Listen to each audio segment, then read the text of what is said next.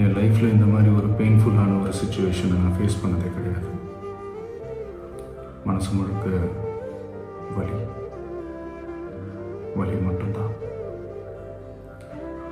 இந்த சுற்றுப்பயணத்தில் என்னென்ன மக்கள் பார்க்க வர்றாங்க, அதுக்கு ஒரே ஒரு காரணம் தான், அவங்க என் மேலே வச்சிருக்கிற அன்பும் பாசம். நடக்கக்கூடாதது நடந்துருச்சு.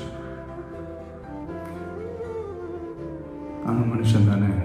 அந்த நேரத்தில் அத்தனை பேர் பாதிக்கப்பட்டு இருக்கும்போது எப்படி அந்த ஊரை விட்டுட்டு என்னால் கிளம்பி வர முடியும்?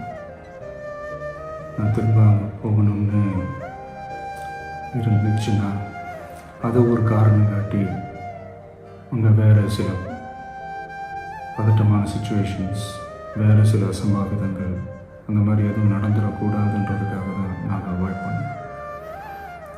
இந்த நேரத்தில் சொந்தங்களை இழந்து தவிக்கிற இத்தனை குடும்பங்களுக்கும் என்னுடைய ஆழ்ந்த இரங்கலை தெரிவிச்சுக்கிறேன். எனக்கு தெரியும், என்ன சொன்னாலும் இது ஈடையாகாதுன்னு எனக்கு தெரியும்.